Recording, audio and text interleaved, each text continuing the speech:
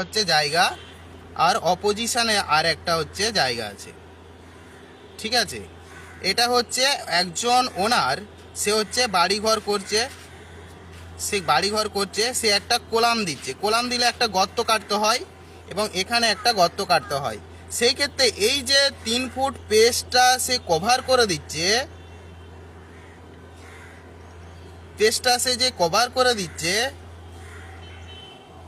এই 3 ফুট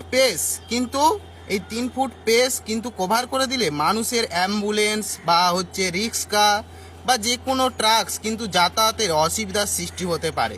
সেই ক্ষেত্রে আদার যারা হচ্ছে পাড়া প্রতিবেশী আছে তারা কিন্তু, বা এই যে প্লেনটিভ আছে, আইনের ভাষায় যে হচ্ছে মামলা করে তাকে বলা হয় প্লেনটিভ, ঠিক আছে, আইনের ভাষায় তাকে বলা হয় প্লেনটিভ।